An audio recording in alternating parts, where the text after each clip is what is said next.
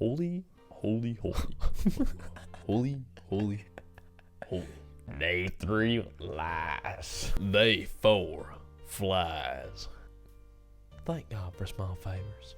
This week we're talking about Nahum. This short 3-chapter book of the prophet of Nahum is a series of poems that announce the downfall of Assyria and its capital, Nineveh.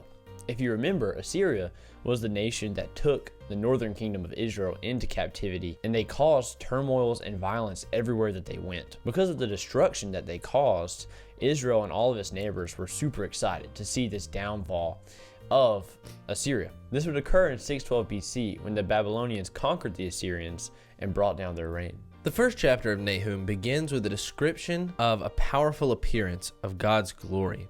He begins with a quote from Exodus, which is right after the incident with the golden calf.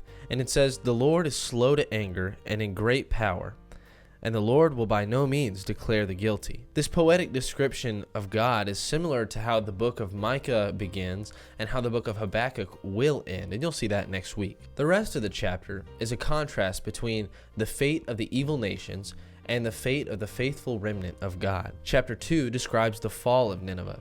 In verse 3, Nahum describes the red on the shield of the front lines and the flashing metal of the chariots as they charge toward Nineveh. He describes the slaughter of the people in the city and the plundering of the city.